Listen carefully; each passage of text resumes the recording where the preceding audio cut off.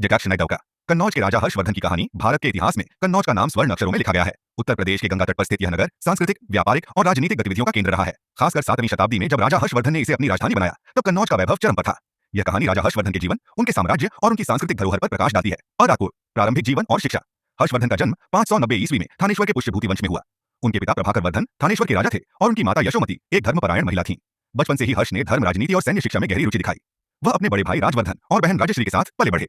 हर्ष ने अपने पिता से युद्ध कला और प्रशासनिक कुशलता सीखी, जबकि उनकी माता ने उन्हें धर्म और न्याय के मूल्यों की शिक्षा दी। दवानदान, राजवर्धन की हत्या और कन्नौज का शासन। जब हर्ष केवल 16 वर्ष के थे तब उनके पिता की मृत्यु हो गई। इसके बाद उनके बड़े भाई राजवर्धन ने थानेश्वर और कन्नौज का शासन संभाला, लेकिन दुर्भाग्यवश बंगाल के राजा शशांक ने षड्यंत्र रचकर राजवर्धन की हत्या कर दी। इस घटना से हर्षवर्धन आहत हुए, लेकिन उन्होंने इसे अपनी ताकत बनाया। उन्होंने शपथ ली कि वह अपने भाई की हत्या का बदला लेंगे और कन्नौज की सुरक्षा करेंगे। दरबार गोरखनाथ साम्राज्य विस्तार और युद्ध। 606 ईस्वी में हर्षवर्धन ने कन्नौज का शासन संभाला। उन्होंने अपनी सेना को संगठित किया और बंगाल के राजा शशांक पर आक्रमण किया। भीषण युद्ध हुआ जिसमें हर्षवर्धन की सेना विजयी रही। इसके बाद उन्होंने उत्तर भारत के कई हिस्सों पर अपना प्रभुत्व स्थापित किया। हर्षवर्धन ने मगध, मालवा, गुजरात और पंजाब जैसे क्षेत्रों को भी अपने साम्राज्य में शामिल किया। वह केवल एक योद्धा ही नहीं बल्कि एक कुशल प्रशासक भी थे। उन्होंने अपने राज्य को सुव्यवस्थित किया और लोगों की भलाई के लिए कई नीतियां बनाई। और जागुस्का कन्नौज का सांस्कृतिक और धार्मिक उत्कर्ष। राजा हर्षवर्धन के शासनकाल में कन्नौज भारत का सांस्कृतिक केंद्र बन गया। वह स्वयं बौद्ध धर्म के अनुयायी थे, लेकिन उन्होंने सभी धर्मों को समान सम्मान दिया।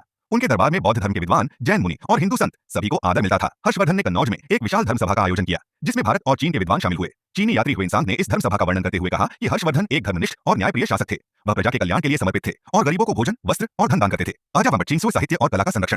हर्षवर्धन न केवल एक महान योद्धा और प्रशासक थे, बल्कि एक विद्वान और साहित्य प्रेमी भी थे। उन्होंने संस्कृत में नागानंद, रत्नावली और प्रियदर्शिका नामक नाटक लिखे। ये कृतियां आज भी उनकी साहित्यिक रुचि और प्रतिभा का प्रमाण है। उनके शासनकाल में कला, संगीत और वास्तुकला का अभूतपूर्व विकास हुआ। जय लद्दाखनी प्रशासन और न्याय।